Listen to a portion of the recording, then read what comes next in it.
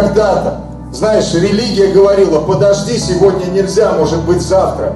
Знаешь, а может быть твой шанс сегодня только. Иисус только сегодня пришел к нему. Он 38 лет лежал.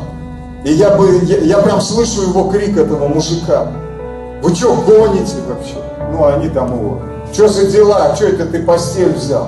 Вы что, гоните? Я 38 лет здесь валялся. Ни один из вас мне не помог. Когда баламутилась вот эта вода, никто из вас меня туда не окунул. Никто.